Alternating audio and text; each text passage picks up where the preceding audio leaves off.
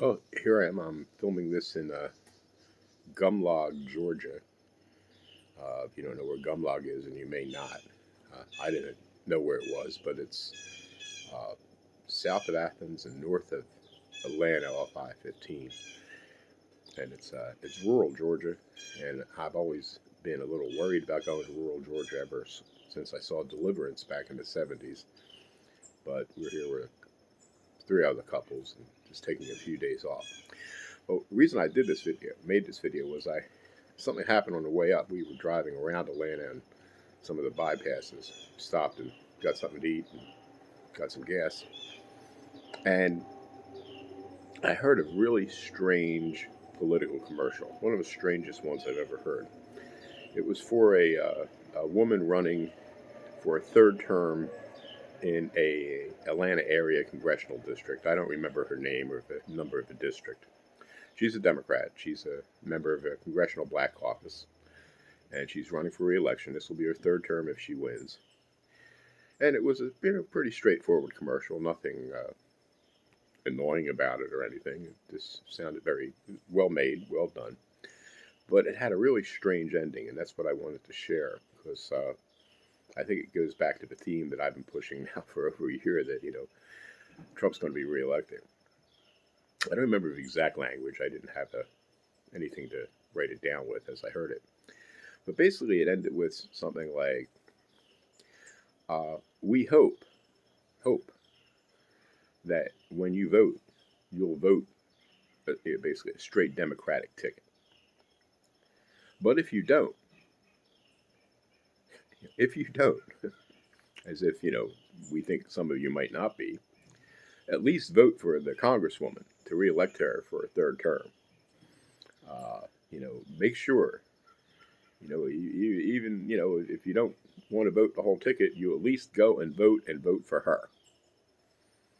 And I thought, I don't think I've ever heard a political commercial like that where there's an assumption that the person listening, for one reason or another, isn't going to vote for a straight ticket like that, or may not be voting at all. And to me, the way it was worded and the way it sounded, it just seemed like her campaign was saying, we know you don't like Joe Biden. We know you're not motivated to vote for Joe Biden, or maybe you're even going to vote for Donald Trump. This is an African American woman. She's a congressional black caucus, so I assume many of her constituents are African Americans. And but even if you're voting for Trump or you're not voting at all, get out there and vote for her. Or if you're voting for Trump, fine, but make sure you vote for her too. And I thought it just seemed so odd, given the fact that what we're being told is that Joe Biden's ahead in the polls. Georgia may go blue, and all this other stuff. And it just seemed as if her campaign knows something that you wouldn't learn from the national media. So I thought I should share this because I don't spend a lot of time in rural Georgia, and probably most people who subscribe to this channel don't spend a lot of time in rural Georgia. But that's what they were saying here, that it was almost an assumption that things aren't going all that well, which sort of again belies the narrative you hear on TV. And just to bolster that, I mean, I've seen. I guess it was right after the debate Friday morning. There was a big news article in BBC. It said debate over Trump and Biden, hit the campaign trail or something like that. And Joe Biden, yesterday, which was Monday, I'm recording this Tuesday morning. Monday, basically a week before the election, Joe Biden didn't go anywhere. He was just sitting somewhere in Delaware in his basement. And Sunday, they what do they call it, cap or a lid? They put a lid on the campaign at about 9 or 9:30 Sunday morning. And Joe hadn't campaigned anywhere on Friday. The day afterwards, he was back in Delaware. He did some sort of video thing at 2 o'clock for a few people. So he was out Saturday. He had a couple of stops. But basically, since I think he's out today, Tuesday, he's on the road somewhere. But basically, since despite what the BBC said about Biden hitting the campaign trail, he was off Friday, campaigned a bit on Saturday. They called a lid at 9 o'clock on Sunday, and he took Monday off. Now that tells me one of three things: either Joe Biden should not be president of the United States. I mean, can you imagine this guy handling an international crisis? I'm exhausted. I got to take the day off. He got ready for the debate. He was off for days before the debate, has the debate, and then since the debate, Friday, Saturday, Sunday, the next 4 days, he's campaigned one day at 2 stops. And then he had to take another day, 2 days off, basically. So that's the first possibility. Joe Biden really shouldn't be president. Second possibility is Joe Biden and his campaign know they have this all wrapped up. It's just like the polls say. National media narrative is, Biden's going to win. So we don't need to campaign. Why bother? We're going to win anyway. The third possibility is that quite the opposite. They know they're going to lose, and nothing they can do now to change the course of the election. Those are the only three logical possibilities. It has to be one of those three.